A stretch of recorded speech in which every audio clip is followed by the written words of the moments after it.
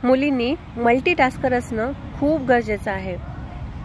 त्या माहेरी असतील तर ठीक, लग्नानंतर त्यांना जर त्यांची स्वप्न पूर्ण करायची असेल, त्यांना बाहेर जाऊन ऑफिसमध्ये काम करायचं असेल, तर होऊ शकते की त्यांची सासू अशी अपेक्षा करत असेल की तिने आधी घरचं काम सांभाळावं, नंतर बाकी काहीही करावं।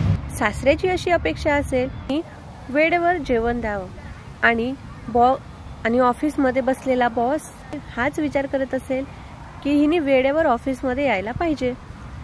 मग अशातही जर नवऱ्याने म्हटलं की हा वेळ मॅनेज करून सुद्धा मलाही वेळ दिला पाहिजे, तर मग तारेवरची कसरतच की नाही।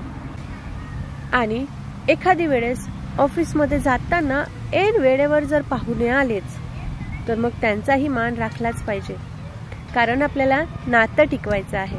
तिला ऑफिस आणि घर हे दोनही चेंडू एका वेळेस कॅच करायचे आहे आणि दोनपैकी एक पडलं सुद्धा नाही पाहिजे। खरं तर लग्नानंतर नवीन पाहुणा येण्याची वाट आपल्यापेक्षा नातेवाईकच जास्त बघतात। मग अशा वेळेस जर नवीन पाहुणा घरात आलाच, तर त्याच्या मागे दिवसाचे 24 तासही आपल्याला कमी पडतात। मग या वेळेत स्वतःसाठी वेळ शोधणं म्हणजे मानसिक ताणच येणार।